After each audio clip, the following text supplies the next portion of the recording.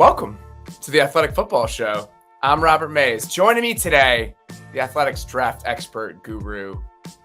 This is the king of this time of year, Dane Brugler. Dane, how you doing, buddy? I'm doing great. It's been a long week, right? It's more so than like any other week during the year. The combine week, just there's so much info that comes at you. You're going from morning to night every single day. It's just a long week. There's so much to take from it, but then we have to kind of sit back, dissect it all, figure out what it all means. And hey, I guess that's what we're gonna do on this show. I was up till at least 2 every night from Monday through Thursday night. They're long days. They're great. It's one of my favorite weeks of the year.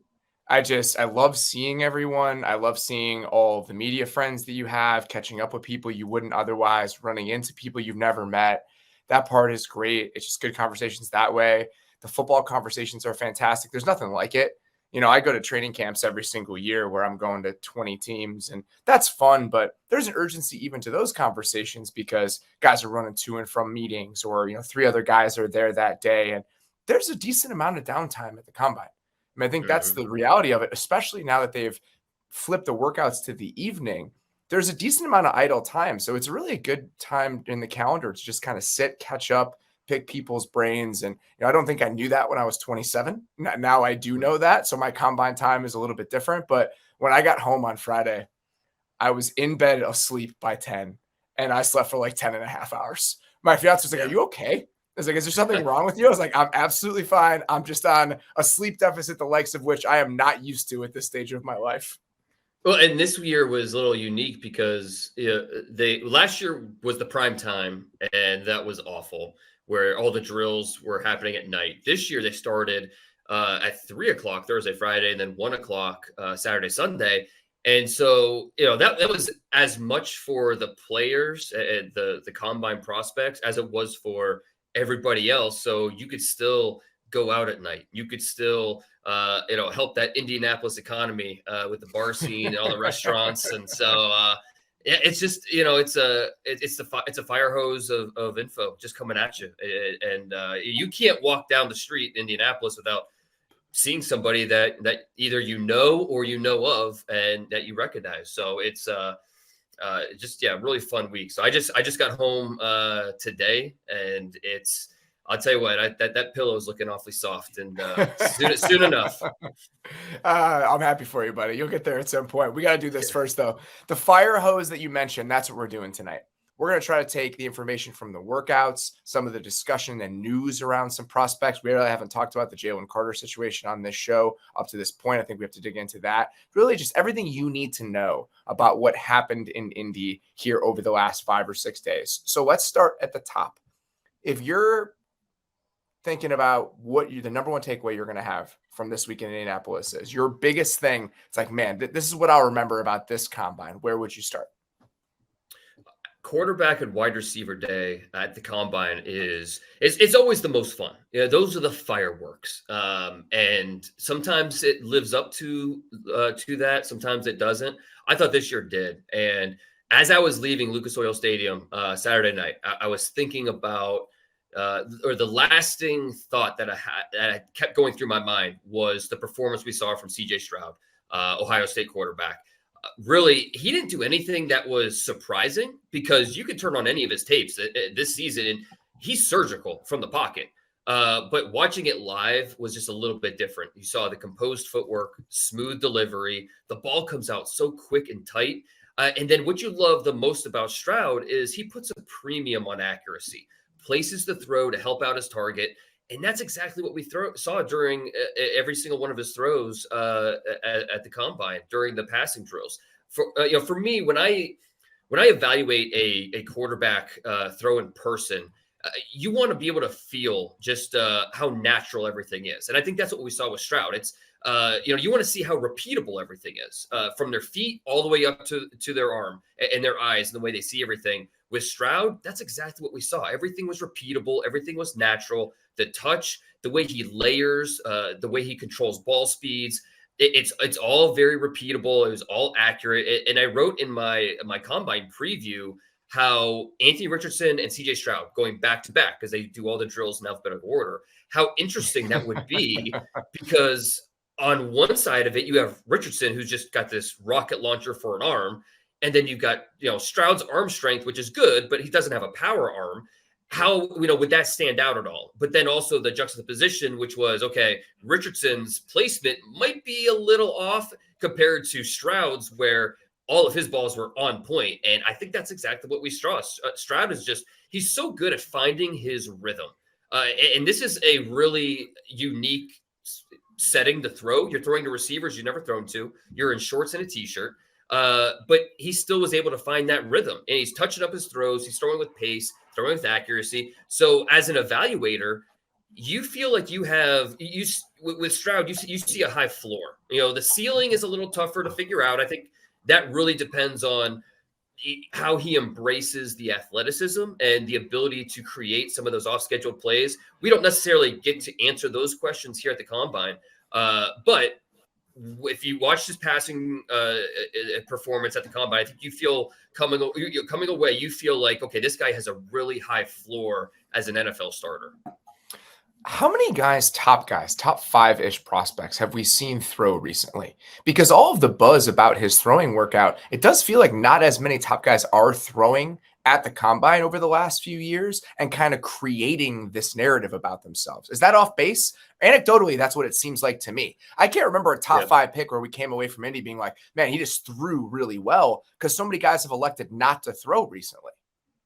Yeah, it really is hit or miss. Some years we do, some years we don't. I mean, I remember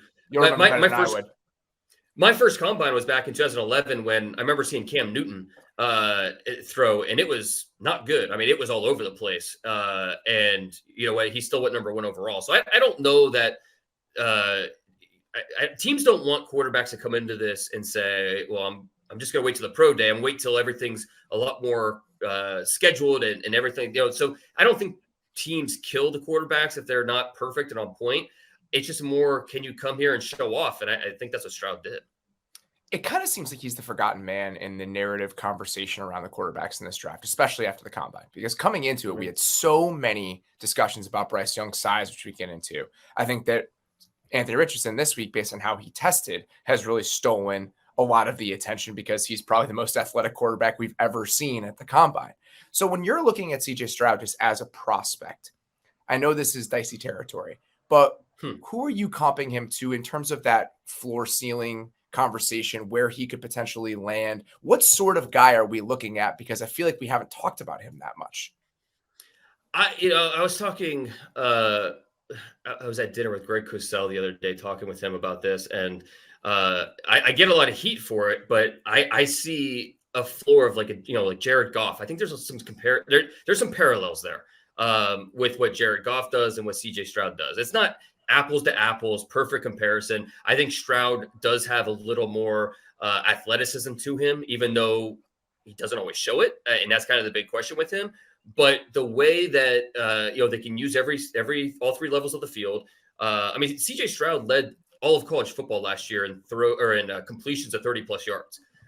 So this isn't like a guy that's just taking advantage of underneath throws and crossers. And he's hitting those deep balls.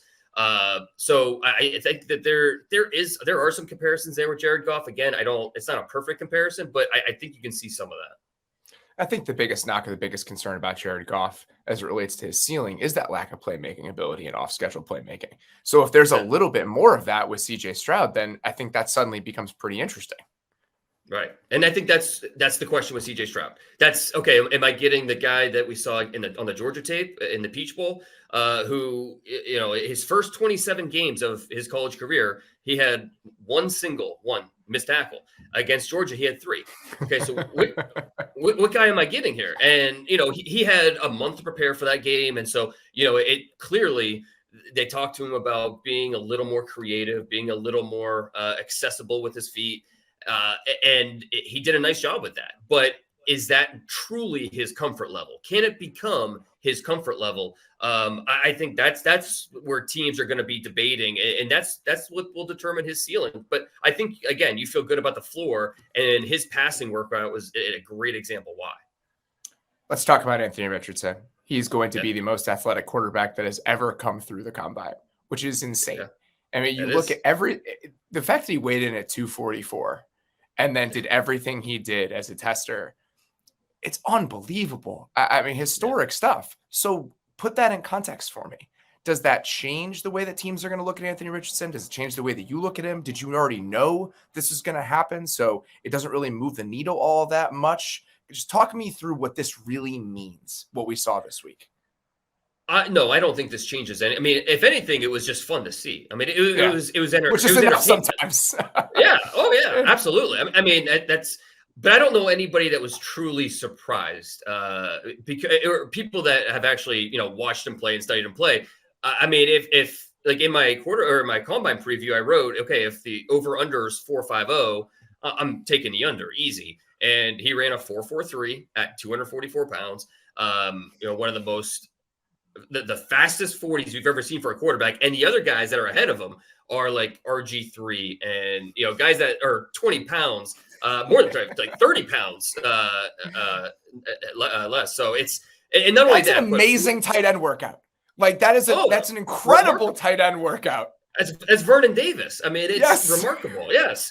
40.5-inch vert and then 10.9 broad. So I mean, this is him going out there and flexing and saying, listen, guys, this is what I do. This is who I am. It's kind of like Justin Fields running at the Ohio State Pro Day when he was coming out. He didn't have to, but it was a flex. It was like, I know I'm fast, and now I'm going to show you. I'm going to put a number next to my name that's going to blow you guys away. So, I going back to my, in the summer, my quarterback preview, I wrote, he's a freak show. Like it's not something that is new information that we didn't know, but it was a lot of fun to see him do it. And then also not just the testing, but seeing how big and athletic he is out there in person, and then throwing the football. The unforced velocity is just remarkable. Now, the accuracy, the timing, it was okay. It was a little up and down. Not Stroud's level, but not terrible either. But I mean, it was fun to see the ball just explode off his hand. There's something about watching a quarterback throw in person that makes you really appreciate what he does. I mean, it doesn't matter if it's Josh Allen or whoever. Just when you see him actually throw in person, you just come away with a much better understanding of how special that is and how important it is. So, but with all that said, I do think that the biggest step for Richardson at the combine was all about the interviews and the board work. That everything on the field was him. Give him a chance to show off. But behind the scenes, the interviews, that's what's really going to move the needle on where we're talking about Anthony Richardson being drafted. And there were mixed reviews, honestly, about that. The feedback I got was he did a nice job overall, but there's just a lot of work he needs to do. There's a lot that, he just doesn't know yet. And that's not surprising considering he's a redshirt freshman. He didn't come from a big time high school. So there's a lot of quarterbacking he had to learn when he got to Florida. And then he only had 13 starts. With two different coaching staffs, and there's just a lot of things going on there that there's going to be a lot he has to learn once he gets to the NFL. So a lot of what he does is just natural. When you see him go out there and throw and move, it's all very natural to him. But obviously, like we know, playing quarterback in the NFL, it's a lot different. And so his ability to how quickly can he get everything that he needs to get on the field, that's going to be the answer to that question will be different depending on who you ask. So, if you're going to take him top 5, top 7, you better be convinced that he's going to be the first one in the building, exhausting every resource to figure out, okay, this is what I need to do to get on the field. This is what I need to know, just to build up that acumen. And so I think teams are going to be really split on, can he be that guy or can he be that guy? It's interesting because I've been fascinated by this over the last several years, but I think this year really kind of put it into focus. When you have a quarterback that is a work in progress, when he is not just a ready-made, capable starter in the NFL from day one in the way that Joe Burrow and Justin Herbert were. So the guys you come back to immediately are, in my opinion, Josh Allen and Jalen Hurts. Both of those guys are wired the right way. They have the physical skills, but they're absolutely wired the right way. But what I come back to with Josh Allen and Anthony Richardson is that even though Josh had a ton more starts in college, he had a larger body of work. He didn't play quarterback in one of these, in a lab camps from the time he was young. Mm-hmm. He came to the position late and he had a lot of work to do. So if you're trying to find comparison points, that's where I would probably start with an Anthony Richardson, right? He just hasn't gotten the chance to work on this stuff as long as some of these other guys have. And that's how, if you're trying to talk yourself into the upside and how much more polished he can become, that's probably where it would start, right? No, absolutely. And that is where, as an NFL team, as evaluators, you have to really become a psychologist and get into the mind of these guys. And that's where those of us on the outside, that's where we're kind of in the dark, and we're left waiting for information on how these interviews went and what teams really think. And we can't really digest all of that and get to the bottom of Anthony Richardson like some teams can, or they think they can, at least, or they hope. So, Anthony Richardson, it's going to be a fascinating one, because physically he's got everything you could possibly want. Now it's just a matter of, okay, I think you're spot on about the way, you said how they're wired right. Like Jalen Hurts is a great example. Like the mental toughness that you have to all the mistakes that he made, but you learn from them, but you have to have that mental toughness to come back and, put every mistake behind you. Not every guy can do that. So a lot of guys, the mistakes compound, they pile up, and, not everyone is wired like Jalen Hurts that they can do that. And not every team will give a quarterback that opportunity to take their medicine and get better on the field while still making mistakes. So with Anthony Richardson, it's going to take a team that, I think he needs reps, but at the same time, he's also not going to be ready to play right away. So figuring out when to get him on the field, how to get him those reps so he can get better, be more consistent. It's really going to take an organizational decision to bring him in and have a plan for him. I can't get the Detroit thing out of my head. I can't. Oh, I'm just until we get there, I'm not going to be able to. It's just the words I keep coming back to. It's rare. This sort of chance is rare. He can just sit there. Mm-hmm. He can sit there for the entire year, because so few teams that have a top 10 pick and need a higher upside at quarterback have the luxury of not playing the guy right away, because there's organizational urgency to do it. And it's all going to come. And it's tough, because even in conversations with coaches and people this week, it's like, well, you got to like the guy. It's like, I know you got to like the guy. I know that is a necessary component to this. But if you're thinking about it in a more abstract way, it just, that connection point makes sense, where he can sit. He doesn't have to be thrown into the fire. You can move along at your own pace, all of that stuff. So that being said, thinking about him at 6, over under Anthony Richardson right now, your guess, pick 6.5 in the draft. I'll be surprised if he's still on the board after the 6th pick. Oh boy. And I just think that it's too enticing. I really do. I'm with you, man. And I'm not just saying the Lions specifically, but there's too many teams there. It's tough, because you can point to, like the Raiders. Okay. Josh McDaniels, and would they have the patience for a quarterback like this? I mean, you could really go either way. It's just the list of quarterbacks in the NFL who had fewer than 400 pass attempts in college. It's a short list. It's not a very long list. I mean, we went through this with Trey Lance 2 years ago, but that was COVID related, and there were some things going on there. This is just he's a puppy. He has not had time to really develop, and it really puts a question mark. So and I had a scouting director point this out to me earlier this week, and this made total sense. He meant, because I think so much we talk about how a guy with tools, or a quarterback with tools, you say, oh, the ceiling is through the roof, what he could be. Something that he said was that they got it wrong. They got it backwards. He said the arm talent, the physical traits, that sets the floor. What sets the ceiling is the interviews, the board work, everything between the ears. That's what sets the ceiling. So because you can survive on the traits early on. Exactly, and it helps you get there. It's a bridge to a different version of yourself. And that's why it's almost not become non-negotiable for certain guys, right? Like, in my opinion, I wonder what you feel about this. I think that Joe Burrow kind of, to me, is like the floor of athleticism for high-end quarterbacks early on in your career. Where can you survive in the pocket? Can you extend plays? And I had somebody say this to me.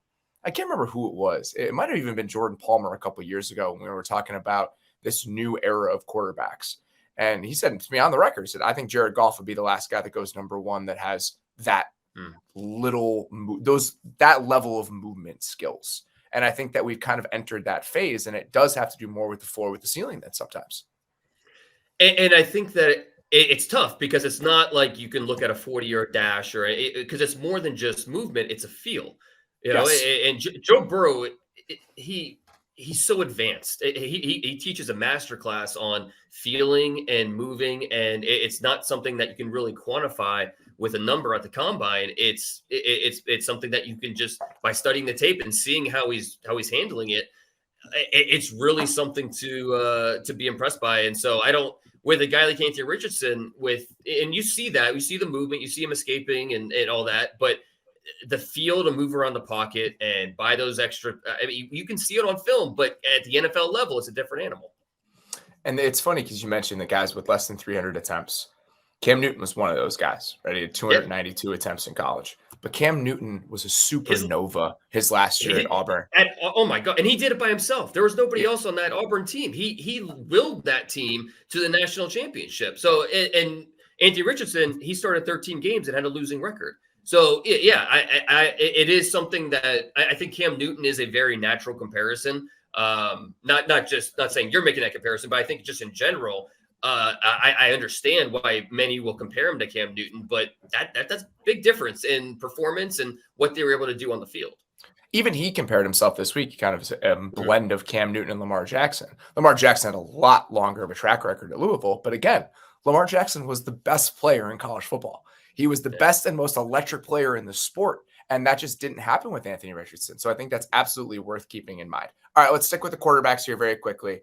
Bryce Young measures 5'10 and 1/8 inches and 204 pounds. Bryce Young and I both, I think, ended the regular season. I've already made this joke, but I'm making it again. Ended the regular season at like 5'10 and a half, 185. And after the Super Bowl and the combine, we're about 5'10 and a half, 200.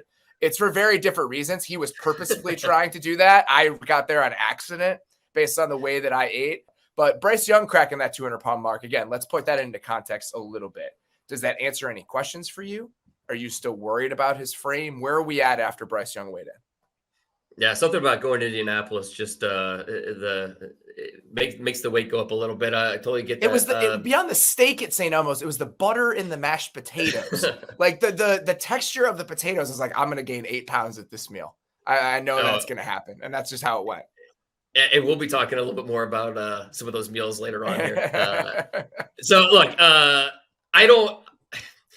get why Bryce Young did what he did because he's playing the game.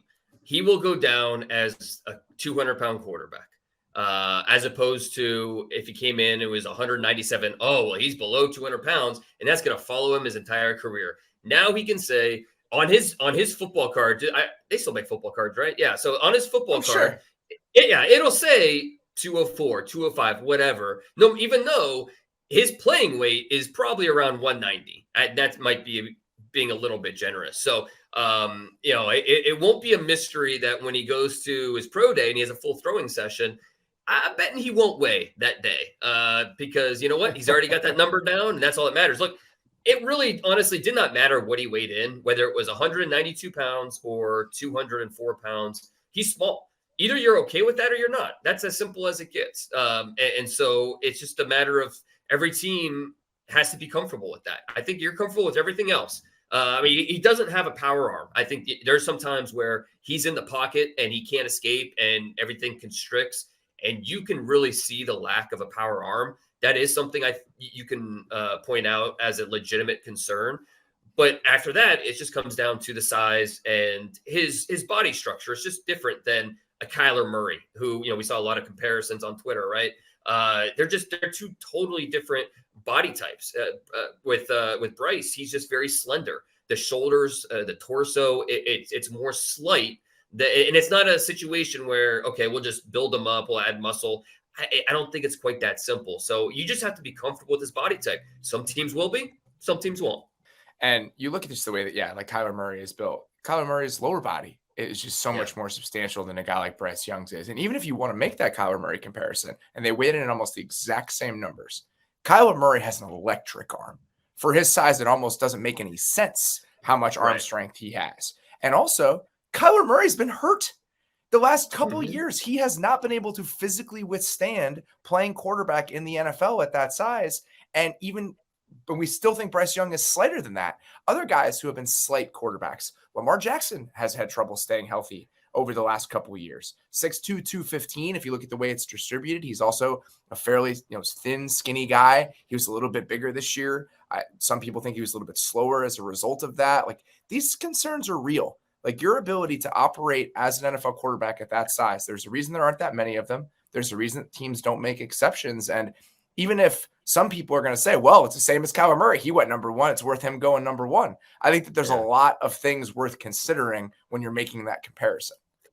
And Kyler's a much more electric athlete. Yeah. The comparisons don't make any sense at all. And I think Kyler's much. I mean, I think he's closer to 210 now, and that's not something that Bryce Young is going to be. That's not his playing weight, and you just have to be okay with that. I think, and especially with Bryce, he's a guy that he welcomes the chaos. Like, he's not a guy that's going to be rushing and picking up yards with his legs all that often, but he loves to get outside the pocket and buy those extra half seconds so routes can come open. And I mean, if there's a free rusher coming at him, he welcomes it because he knows, or he has a feel for making that guy miss and then going and making a play, second chance plays, third chance plays. He loves, and that might be his best part of his game because he's so instinctive. His vision, his peripheral vision is unbelievable. That's why I threw out the Steph Curry comparison before, and people didn't like that. People just don't like comparisons. I've come to realize that. But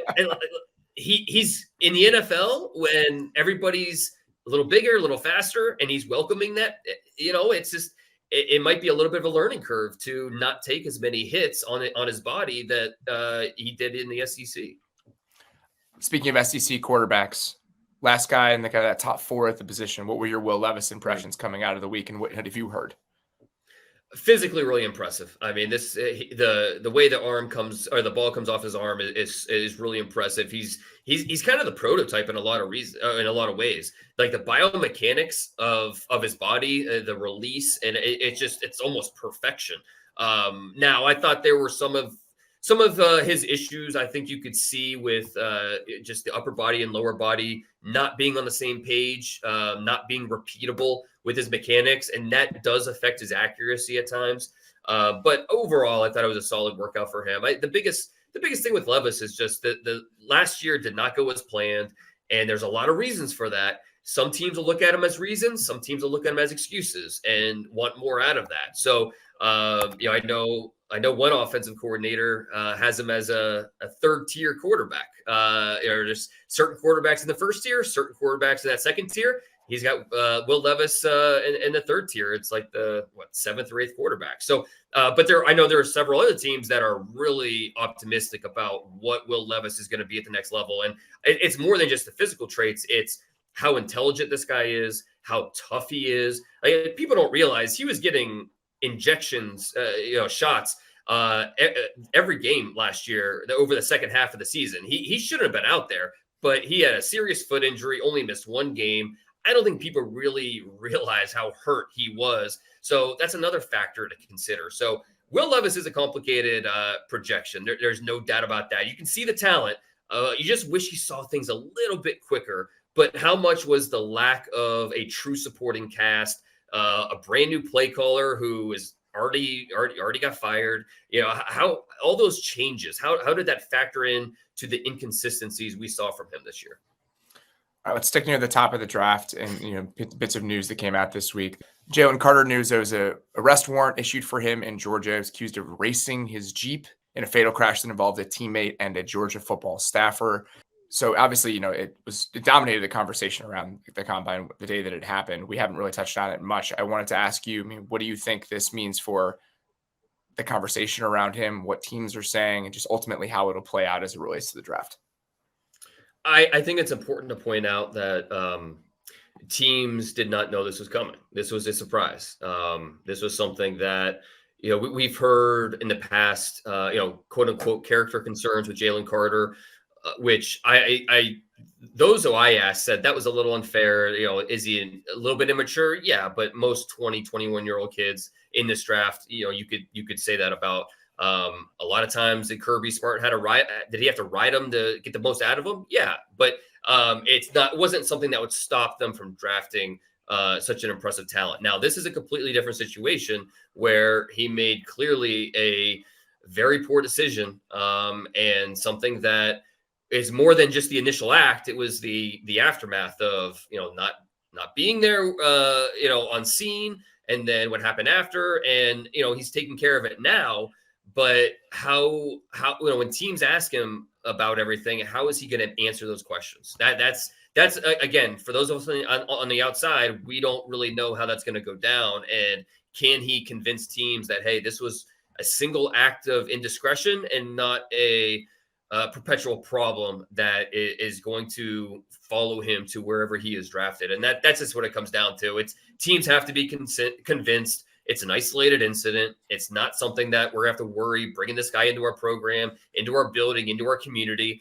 And that's easier said than done, trying to figure out something like that. So teams drafting in the top 5, top 6, top 7, they're going to be doing a lot of homework on Jalen Carter to figure out, okay, we know we're comfortable with the player.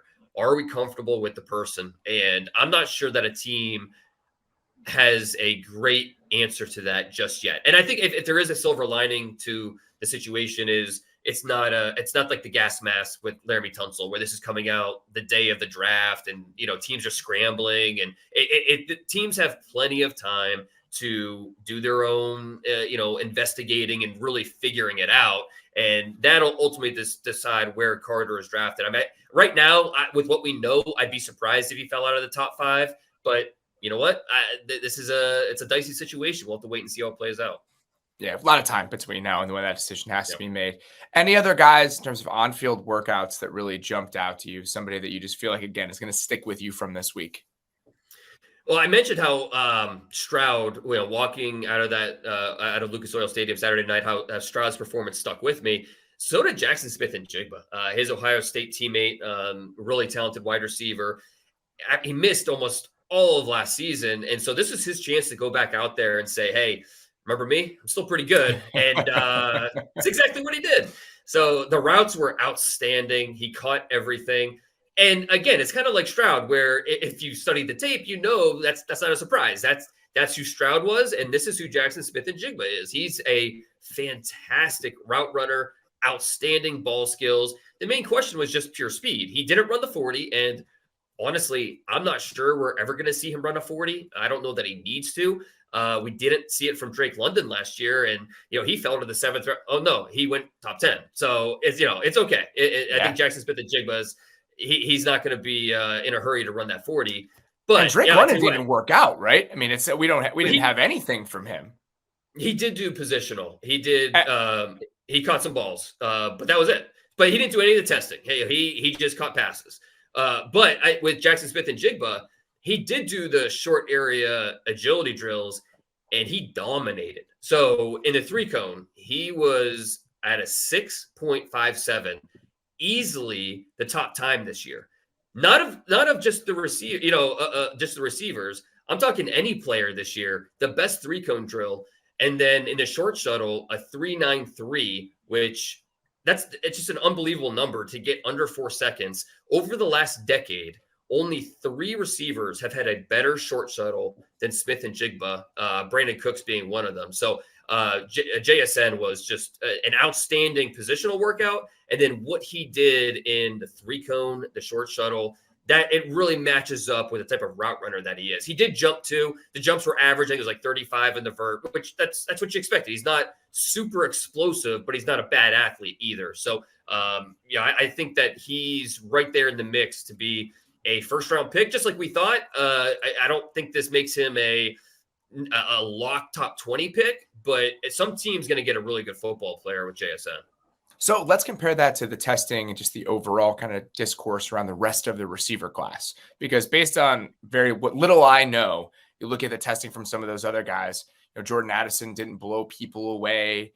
Zay Flowers is somebody in that conversation, Quentin Johnson. So with Smith-Njigba kind of doing this and kind of reminding everyone what sort of athlete he is, reminding everyone what sort of player he is to an extent, how would you compare that to where the rest of the receiver class is if you had to restack it up right now?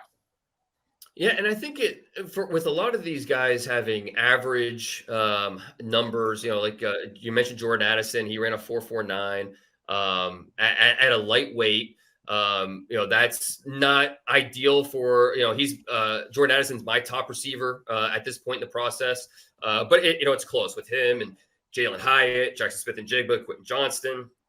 I think that this is just a reminder of this isn't last year's receiver class. This isn't the year before. We've been so spoiled with, Jamar Chase and Jalen Waddle. Last year, 6 go in the top, 18 pick or 23 picks, whatever it was. But this isn't that type of class. So, if Jackson Smith and Jigba, as good as he was, if he's in last year's draft, he might have been the 7th wide receiver drafted. It's not a slam dunk that he's drafted ahead of Treylon Burks or Jahan Dotson, and so that doesn't make Jackson Smith and Jigba any less of a receiver. It's just when you compare it class to class, this receiver class really stands out as being good, just not great. And it's not below average, but it's just solid. It's good. And I think that will carry over into the second round, third round. There's some good receivers in here. But if you're looking for a number one guy, I'm just not convinced you're going to find it this year. Jackson Smith and Jigba, he's a slot receiver. If you already have your slot receiver, I just don't think you're going to be looking at Jackson Smith and Jigba all that seriously in the first round because that's what he is. I don't know that you can't really look at his tape and see him win on the outside because he didn't do it. So, it's just, I think we have to look at these receivers, understand what they are. And I think teams have already accepted that this isn't the same receiver class we've seen the last 2 years. I think a lot of fans need to accept that. But it'll be interesting if we see any of these guys end up going in the top 20. Quentin Johnston from TCU, maybe the most physically impressive. His size, 6'4", he jumped really well. But I had one team point out that he's 208 pounds. Like, he's skinny. The play strength is a big concern, aside from the drops, aside from him being a raw route runner.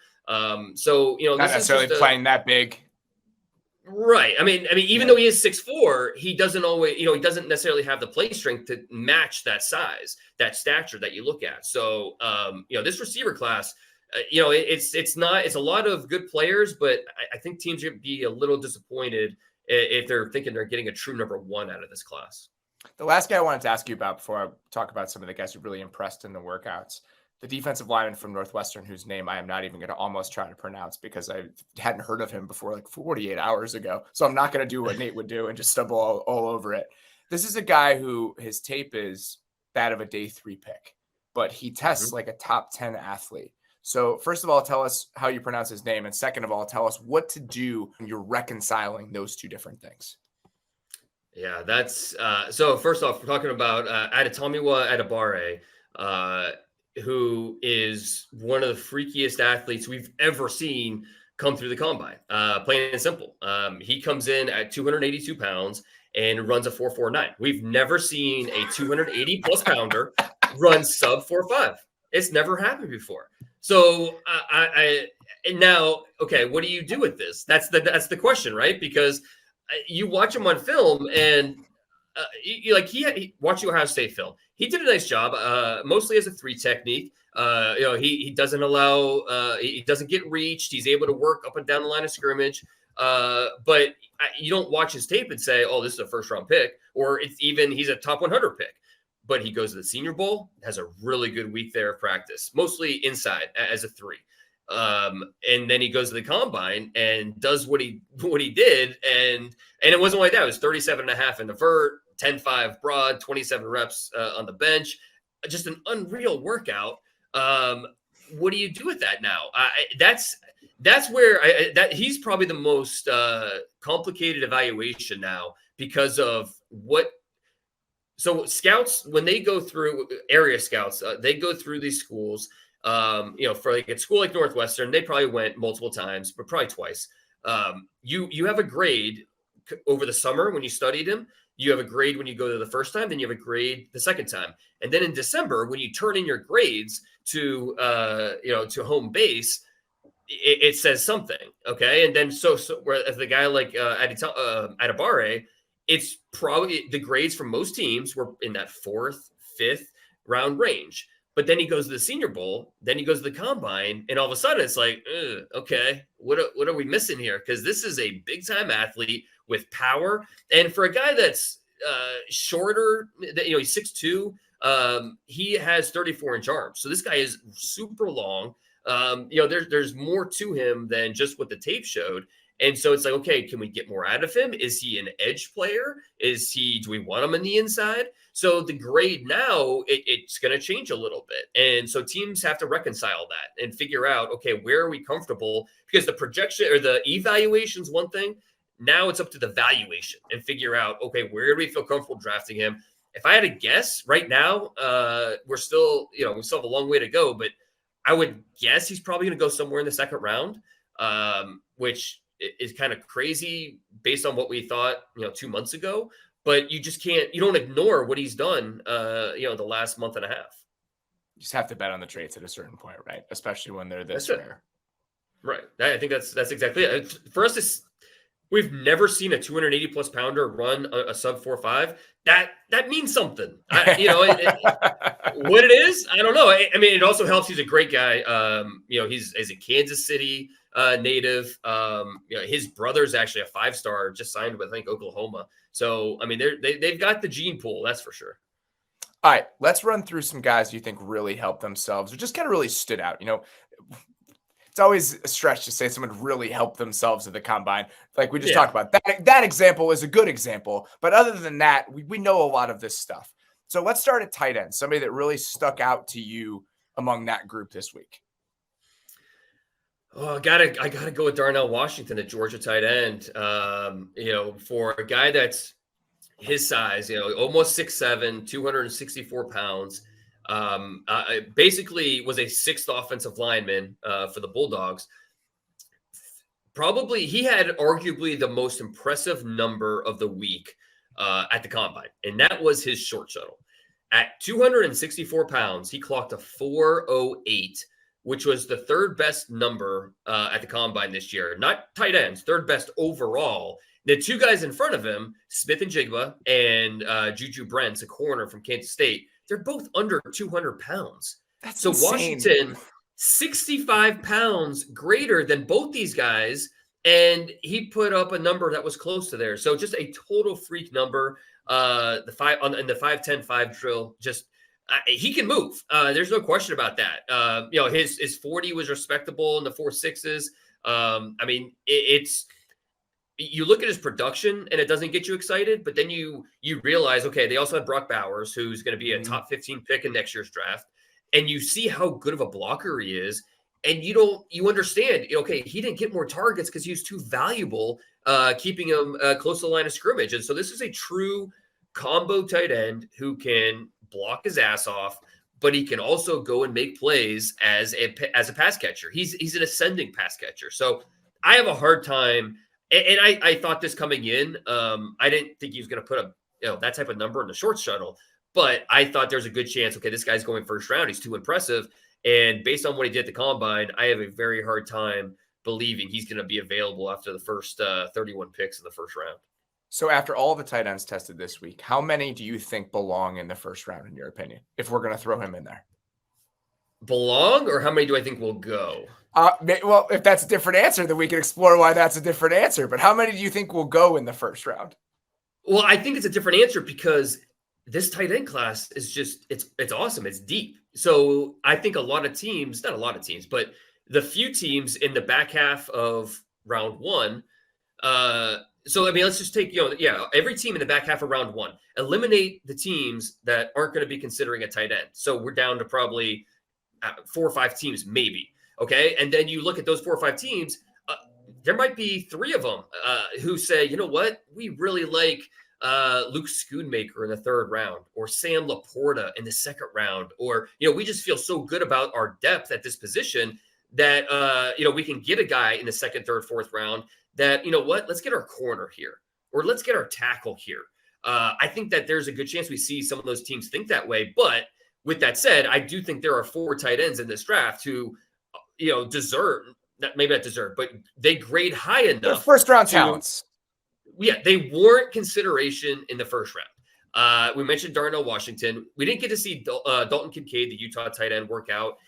He's probably the best pure pass catcher of this group. The way he can isolate the football, and then how quickly he goes from pass catcher to ball carrier is phenomenal for a guy that size.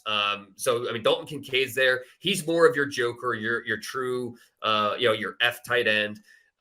Luke Musgrave from Oregon State, big time athlete, but can be a Y, can line up in line, can block. He's really a really fascinating tight end profile because of his athleticism. For sport, I've asking people, for sport athlete in high school, see how many people can guess the first four or the four sports. And I've had very few people be able to name football, track, skiing, and lacrosse. But that's Luke Musgrave. He's a big time athlete. And he tested pretty well. And then Michael Mayer, who I think is the best of the group and didn't test like a freak, but he's a good athlete. He blocks well. And I think he's more along the lines of what a lot of NFL teams are looking for with just that combo ability. I think he's also the best contested catch tight end I've evaluated the last, 5-6 years. I mean, he's really good in those contested situations. It doesn't matter the crowd around him. It doesn't matter where he is on the field. He has really strong hands, the way he can box out. He's got that basketball background. He thought he'd be playing basketball for Kentucky, which that didn't work out, but I think he's doing okay for himself. So 4 tight ends could warrant first round consideration. Now I'm working on a mock draft that'll be up on The Athletic here this week, and it's tough to figure out how many will actually go. I texted a scout over under 3, and he said that's exactly the line, because I don't feel great saying 2, and I don't feel great saying 4. So I think right now, hovering around the 3 number is probably the right way to go.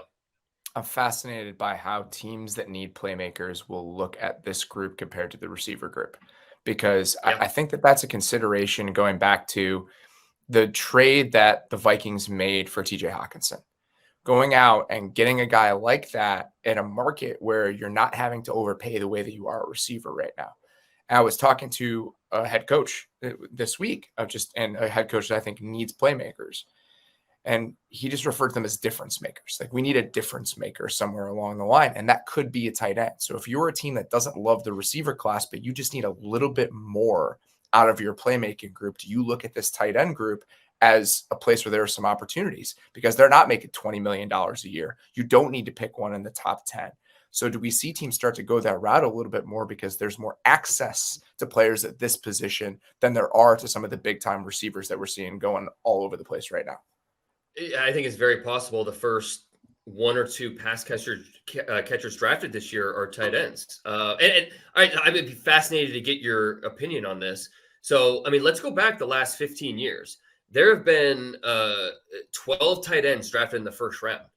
You look at the list and you see a group of solid players. Your TJ Hawkinsons, your David Njoku's, Evan Ingram, solid players, but no stars. Meanwhile, you look at the second round and, like between picks 33 and 75, and it's a better group. You're getting your Dallas Goederts, your Cole Kmet, Mark Andrews, Pat Freiermuth, Zach Ertz, Gronkowski was in that range. I mean, how do you take that? If you're a talent evaluator, you're a general manager, how do you take information like that when the first round crop of, historic profiles of drafting the position is not as impressive as the second and third round? And so does that affect your thinking when you're possibly looking at a tight end in the first round this year? Think about the impact that Dallas Goedert has on the game. If you knew that a guy was going to be Dallas Goedert, he was in this year's draft, and Dallas Goedert tested extremely well coming out of South Dakota State. If we know kind of the contours of the sport right now and how much importance those pass catchers have, and I told you that somebody would be Dallas Goedert, would you take him in the top 20 right now? I feel comfortable doing that. If you told me I was getting Dallas Goedert, sure. And I just think that's maybe that's the way to think about it. Just like, even if that guy was taken in the second round, if that's the impact that sort of player can have, is that worth a top 20 pick? I'd argue probably it's starting to become that way. I also think that it depends on what you need, right? If you're a team like the Vikings, where you have your number 1 receiver, You have the guy you can build your passing game through, and you're looking for complementary pieces. There's an argument that a really good tight end is 80% as valuable as a really good number two receiver, whatever the number happens to be. The market for Yeah. that has not caught up. The franchise tag number for wide receivers and tight ends is literally half. So I do think that there is some hidden value to be found there if what you're looking for is complementary pieces rather than a guy to build your passing game through. I think that makes sense. And I look at teams like, I take the Chargers, for example. They get so little out of their tight end position last year. And, you have Mike Williams. Keenan Allen sounds like he's going to be back and be a big part of what they're doing on offense. Like you feel like at receiver, they've got weapons, but what could a Michael Mayer or a Dalton Kincaid or whoever you plug in there, what could that mean to that offense? That to me, that's fascinating. Or Jacksonville. They've, Evan Ingram's there, but, we know Doug Peterson, how much he liked to use the tight ends when he was in Philly. Add another one to that group. And, what does that look like? Cincinnati, you mentioned having the receivers, Jamar Chase, T. Higgins. Let's upgrade our Hayden Hurst and get a bigger star there, someone that's really going to threaten defenses. So I do think that we're going to see 3, 4, 5 teams in the back half of round one seriously consider tight end and find it really tough to pass on one of these guys. That's where I'm at too. And Cincinnati, there's going to be a time, I believe, where Tyler Boyd is going to have to be the odd man out there. He's already gotten his second deal. He's going to be a little bit expensive. They're going to pay T. Higgins. So you're going to need that third receiving option. Is it best to kind of pay up for that guy rather than cycling through these one-year deals for guys like Hayden Hurst? Because the look of your offense is eventually going to have to change. I think those are the considerations that you have to keep in mind. Like even the way that I know TJ Hawkinson is like the biggest star in the world, but the way that the Vikings passing game transformed when they got TJ Hawkinson, it was real. That you could just feel how different it was with a guy who was a capable player at one of those spots. And I think that one of the reasons that these guys don't get drafted in the top half of the first round is because there are so few stars at the position, right? So few guys who feel like earth-shattering players the way there are a receiver. But if you can find a guy in the back half of the first round that can be that sort of influence that can reshape your offense the way that a TJ Hawkinson or a Dallas Goedert, those types of guys do, is that worth it? Or is the first round reserved for your corners and your pass rushers and guys with a much higher ceiling? I understand it both ways, but I do think that with the importance of pass catchers becoming more and more and more prominent in the league, where can we find a little bit of a discount on a guy who can really help our offense has to be something you're thinking about. Last week this past week at the Combine, I asked Will McClay, Cowboys de facto GM, if we're being honest. I asked him straight up about, running back, tight end, 2 positions that the Cowboys could realistically look at in the first round. I asked him, how do you look at positions like that where you could argue the value's not there, but if a special player is, how do you pass? And he said straight up, you play the percentages, you do when it comes to the NFL draft and saying, okay, well, it's a better chance that, we draft a position here. But at the same time, you have to stay true to what the tape tells you. You have to stay true to the traits and all the information you're getting. And if that leads you to one of those positions in the first round, then so be it. So, I mean, that's kind of how NFL teams think. And I know Will McClay is not the only one that thinks that way. It's because I think that one of the reasons that tight end has been one of those positions where you can find guys a little bit later in the draft is that it's not necessarily based on physical traits, like why guys succeed at that position, because spatial awareness, understanding how to operate inside, all the different things they ask you to do. And one of the other things I think complicates tight end is that because there's so many different things that are part of that job description, it takes so long to develop into a difference maker at that position. A lot of these guys are 3-4 years into their career before we see them start to become the players that they are on their second contracts. A lot of these deals that tight ends sign, they end up looking like bargains because they get better into those second deals. Like Dallas Goedert is, I think, a really good example of that. And I think we've seen that consistently at the position. So the evaluation on it is just a little bit tougher than it is for some of these other spots. But I find myself fascinated by it right now because I think it does tell us a lot about where offensive football is right now and what sort of players you might eventually need. Before we move off tight ends, one other player from the combine I want to mention, Zach Kuntz from Old Dominion. He had a tremendous workout, 6'7", 255 pounds.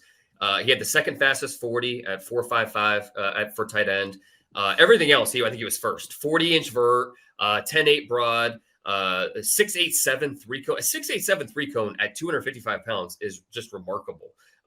He's a really interesting player, a Penn State transfer who's just big physical freak. And his positional workout I thought was outstanding. So Zach Kuntz, we saw last year, Jelani Woods have a great pre-draft process and went up in the second round. The Colts, they saw those traits and said, come on, let's go.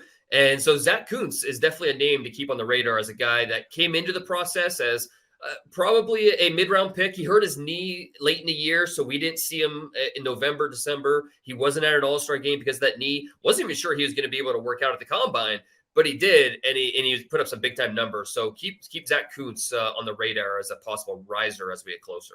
Didn't Old Dominion have a lineman at the combine too? Got 2 Old Dominion guys working out at the combine this year? 2 Old Dominion guys plus Keon White, the Georgia Tech defensive lineman who's going to be a top 40 pick. He transferred from Old Dominion. So, yes, mentioned Old Dominion more times this week than probably ever. All right. One other position we definitely wanted to hit was corner. Your guy, Christian Gonzalez, had a really nice week. Obviously not a surprise to you, but kind of put into context his workout and compare that to what we've seen from the rest of this cornerback group and just how you're thinking about that collection of guys right now. Yeah, Gonzalez was awesome. During the drills and then the testing, 4.38 in the 40, 41.5-inch vert, 11.1 broad. He was expected to test well, but it really matches the tape. And, it kind of it's like at the end of Avengers Endgame, like the final battle when everyone's coming back and Cap says, assemble and all that fun stuff. I'm watching it and I'm wondering like, okay, why is this comic book movie giving me goosebumps? It's kind of like last summer. I'm watching Christian Gonzalez. I'm like, okay, why is this Colorado corner giving me goosebumps? It was that good. It was awesome. And so a scout told me good things about him, and I was blown away by his 21 film. And then he transfers to Oregon. His 2022 film was awesome. It was just as good, if not better. So, the hype was there. He answered it. He did a nice job at the combine during his workout. So plenty of buzz on Gonzalez from NFL personnel guys in Indianapolis. He's got a legit chance to be that first corner off the board as early as the top 6 or 7 picks that's possible. So, but after that, Devin Witherspoon from Illinois in that mix. He didn't have a chance to work out. He'll be at the pro day. Joey Porter from Penn State, Joey Porter Jr. He's big, physical, 34-inch arms. He wants to press you. He wants to just smother you at the line of scrimmage. I thought he did pretty well. And then after that, I think the order is a little different for everybody. Deontay Banks from Maryland's a really big tester for his size. He's definitely in that first-round conversation. Keely Ringo from Georgia as well. Maybe one of the most the toughest evals among these corners, Emmanuel Forbes at Mississippi State. You watch his film and, okay, this guy, he goes after the ball, takes it away. The SEC record, the NCAA record for career pick sixes. But then he comes to the combine and you're like, okay, he's skinny, but how skinny is he? 6'1", and he measures in at 166. All right, what do you do with that? I mean, that's an issue. And talking to a Southeast scout, it's okay. The hope is you can get the 180, but if you're not at 180 right now, if he didn't get there for this, right? And I get it. You're trying to cut weight to run fast, and he did. He ran in the 4.3s, 4.35, but man, 166 is a glaring number. And he's not 5'11", he's 6'1". So Emmanuel Forbes is a tough one because he's a good player. I mean, Mississippi State has been cranking out those corners, Cam Dantzler and MJ Emerson, and now Forbes. He has a chance to be the best of the group, but that, the run defense, the play strength, that's a real issue. All right. Anybody else really jumped off the tape to you or jumped off the field to you as you were sitting in there watching the workouts? I think O-line and running backs, they were the last ones to go. We need to touch on them a little bit. I thought the top guys tested as expected. Paris Johnson, Broderick Jones, Peter Skronsky, they all looked really good. If I had to pick one guy who I thought maybe had the best offensive line workout, I think I go Darnell Wright, the tackle from Tennessee. He did a really nice job, moved really well. I think there's too much there for him to fall like out of the top 35, 40 picks. Like, he has a really good chance to go somewhere in the first round. The need is there from teams. And I think that, the ability is there. I think the bigger question with him is, okay, is he a right tackle only, or can he play other positions? Because, last year at left tackle, it was a little rough. Moved to right tackle this past season, and all of a sudden everything clicked for Darnell Wright. So that he's a little bit of a complicated evaluation, but good player. Bijan Robinson was as expected, ran in the 4.4s, caught everything, did a nice job. He cemented himself as the top back. Now it's just a matter of, okay, where's Bijan Robinson going to be drafted? That's a tough one to answer. Just the position that he plays. And, you do a simple mock draft and you go through team by team and it's like, okay, they're not taking a back. They're not taking a running. It's hard to find those teams. And the ones that do usually don't draft a running back that early. Talking about, okay, Philly, they haven't drafted a running back in the first round since before I was born. So, it's something that is a little tough when you have such a talented player like a Bijan Robinson, who I think is number 6 on my top 100, and deservedly so. He's one of the best players in this draft. But where is the need in the first round? Where can you see that pairing? And if you, at a certain point, it just becomes like, what are we doing? Like, this guy's too good. Like, let's not let another pick go by before we get this guy. There's a good chance he's going to end up being a steal wherever he ends up falling. Some of the other numbers for running backs, Jahmyr Gibbs ran a 4.36. Was he kind of as advertised with the way he moves? Oh my, he's so sudden. It's unbelievable to watch it. He's a quarterback's best friend because of the way he catches the ball, and he's an offensive line's best friend because he's so good at pressing and reading and then hitting the hole exactly at the right time. And it just helps that he's also a 4.3 athlete with this remarkable footwork. So Jahmyr Gibbs to me is a first round talent. Easy. You can't name me 25 better players in this draft than Jahmyr Gibbs. Now, will he go in the first round? Probably not, for the same reasons I just mentioned about Bijan Robinson. But that just means some team's going to get tremendous value in the second. I saw somebody compare him to Jamal Charles earlier in the week, just his testing, the way he moves. And I think we all need to remember how awesome Jamal Charles was. Because the fact that somebody who compares somebody to Jamal Charles, like, that instantly makes me like, okay, I'm interested now. Like, you have piqued my interest if that's the guy that you think he can be. Pass rushers, I want to talk about real quick, just because some guys tested really, really well. We have some big names in that group. Nolan Smith ran a 4.39 in the 40. And just kind of, again, contextualize what that means based on what you've seen on tape, the type of prospect that he is, because he seemed to do very well for himself during the testing stuff this week. Oh, no, it started at the podium when he was talking. He was, during his interview, laughing, crying. There's everything, the full range of emotion. This guy is awesome. I was texting back and forth with David Pollack over at ESPN. I guess David, he's a big mentor for Nolan, and he's been working with him for a long time. And he just raves about the person and that he is and the way he carries himself. On the field, he's awesome. He came into this week as my number 19 overall player. So this isn't just a workout warrior, but he went out there. We haven't seen him since early November when he had the shoulder injury. And so this was good to see him back out there. Ran a 4.39 at 238 pounds, 152 10-yard. That might be the most impressive number right there. The 152 at 238 is really impressive. Now, he is a little smaller compared to, your traditional pass rushers, but this guy is physical. One of the things that Pollack would say to me is how he wants to, he will try to rush you down the middle. He'll try to rush you with power because he has that in his hands. He just needs to show more of a plan and really figure things out, the sequencing and all that. But with the athleticism that he brings, I'll roll the dice on a guy like that in the top 20 all day. And I think that what he did at the combine just kind of confirms that. So Nolan Smith, if he's not off the board somewhere in the top 20 picks, something's definitely up. He had an outstanding workout.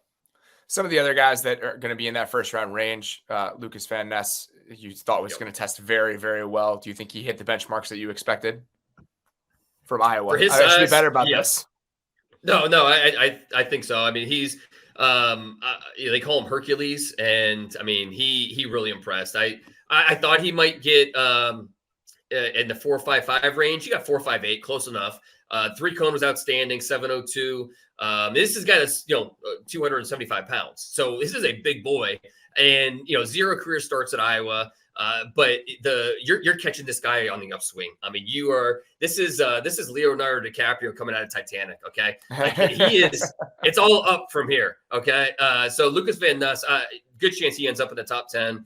9'10" broad, big number for him.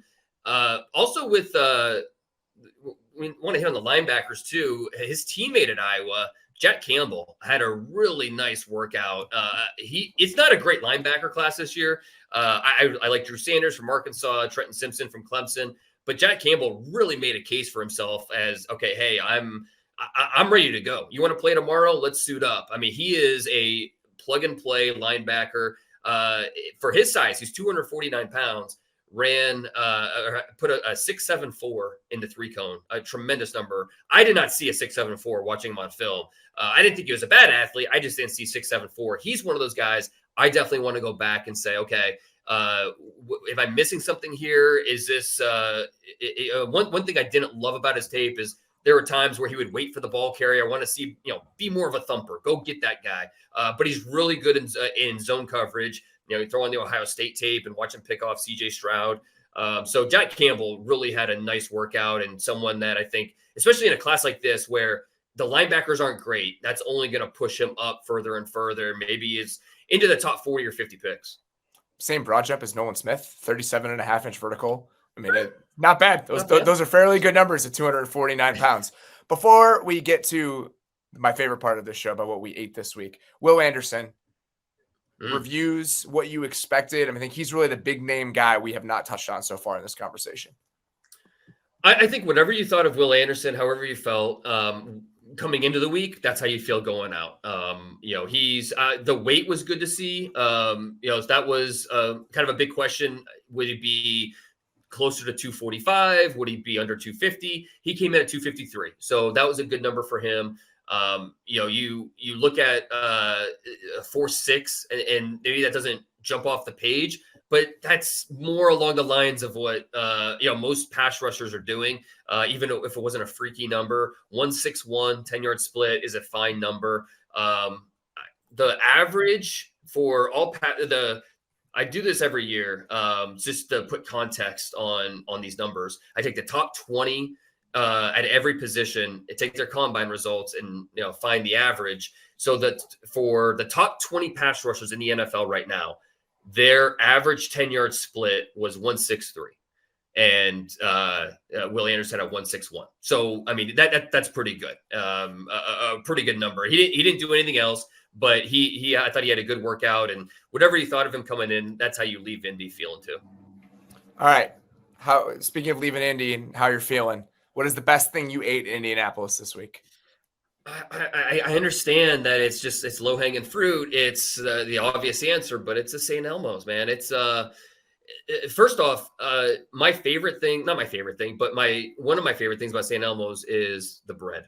Okay, it's the best bread I've ever had at any restaurant. No one talks about the bread, but it's like a flat bread with some cheese on it. I don't know, but you better believe I told the way. What you love about St. Elmo's is the waiters. They're so compliment. They bring whatever you want. I mean, so okay, I want two more baskets of this bread. Start with the lobster bisque, finish with the cowboy ribeye, medium rare, and I don't know how you could do a better meal than that. I really don't. I went to Harry Nancy's, not St. Elmo's, because I'm not fancy enough to get a reservation there. We went with a slightly larger group. I had the cowboy ribeye. Same food. I had the cowboy ribeye. It was great. Yeah. I had my own shrimp cocktail. My buddy was trying to order shrimp cocktails for the table. I was like, absolutely not. I want my own with 4 pieces. It is an experience. I mean, I know everyone talks about it. I love horseradish, just like as a flavor. I'm always a big fan of it. So the fact that it's just all that freshly grated horseradish on there, it's hard not to choke when you eat it. I mean, when it hits the back of your throat, it is a sensation, but it is very, very good. So the best really is when you're there with someone who's never had it before, and they can experience it for the first time, and so that's always great. The amount of, when you look at it, the amount of cocktail sauce on each individual piece of shrimp and all of the horseradish in there, it's wild. I mean, it's unlike anything you've really ever eaten. So thoroughly enjoyed that. We went to Tinker Street on Monday, me and Nate and a couple other people. Just an eclectic meal. We ordered probably 20 different things. They changed the menu over pretty regularly, is my understanding. My favorite thing I ate, though, they had a Korean fried mushrooms, and it was on like a little scallion pancake, but it wasn't like whole chunks of scallion. So it was more like consistency-wise a regular pancake. It was a little sweet, and they had some pickled daikon radish in there. It was delicious. Little gochujang honey. That was fantastic. And then they had a sweet potato pasta, and the server, to his credit, was like, you should get the duck with the pasta. So we did that, and it had like a cranberry sauce, so it was nice and tart, which is great with how fatty and heavy the duck is. A little peanut in there. It was really, really good. And then we went to Livery on Tuesday night. The barbacoa sopes there are awesome. It's like a Latin kind of small plates place. There's a restaurant group in Indy that has probably a dozen different concepts. It's like Cunningham Restaurant Group, and Livery is like their small plates Latin place. And went with 7 of the beat writers at The Athletic. We had a fantastic meal. The barbacoa sopa there is awesome. It has like pickled peach, and just the heat in the barbacoa is very, very good. My favorite thing I ate there, though, was wild. Is the end of the meal. By the time we got there, Joe Person was just horrified by the amount of food I had ordered. And the skirt steak had it was a fried polenta square that it came on. And it was like a manchego polenta, but it had like a heat to it. And when I bit into it, I was like, that is so much more interesting than I thought it was going to be. So I'm just sitting here like so full, and I can't stop eating this fried polenta that came with the skirt steak, and I ate way too much of it. The empanadas there are great. We went to Modita the next night, which is kind of like the Asian execution of what Livery is. It's a lot of like shared food. It's same restaurant group. So a bunch of dumplings and noodles and everything else. That was another great Meal. And then we did Harry and Izzy's on Thursday. So I ate pretty well. I'm going to put a lot of raw vegetables in my body here in the 2 weeks before my stupid bachelor party in New Orleans, which I didn't really think about when I was planning the way that I was going to eat at the Combine and the Super Bowl this year. That's St. Patrick's Day weekend then, huh? Yeah, it is. It is. Yes. Is that by design? It was. The design was that we wanted to go the first weekend of the tournament because it's something to do during the day. So there's that Harrah's down there with the sports book. So we're going to go watch some college basketball. It's going to be great because I've watched 0 seconds of college basketball this year. So going and betting money on those games without an ounce of knowledge is that's exactly what the sports book wants. So Absolutely. It should be good. It's a food-centric trip that happens to be there on New Orleans, or happens to be there on St. Patrick's Day. So that's how we're framing it.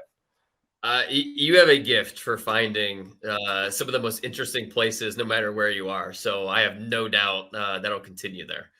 We're going to have to eat together next year at the Combine. Our schedules did not line up this year. We tried, but next year what's happening? Yeah, I don't have the most diverse palate like you, but we will definitely have to do that next time. We're going to Kansas City though, hopefully for the draft. So that's right in your wheelhouse. By the way, I've already made some reservations at barbecue places. The draft is in 2.5 months. So that does not surprise me at all. I got you. Okay. All right. I'll be interested to see what you have to offer. Well, we're going to scale it back a little bit on the eating this week, but the draft will be here before we know it. Dane Brugler, thank you very much, my friend. This is the type of stuff that really only you can do. I really appreciate you helping me, who knows nothing about this year's draft so far, getting a little bit of context from everything that happened in Indy. By the way, everyone can catch you and Andy Staples weekly doing the Prospects to Pros podcast on the Athletic Football Show. You guys will be back on Wednesday this week?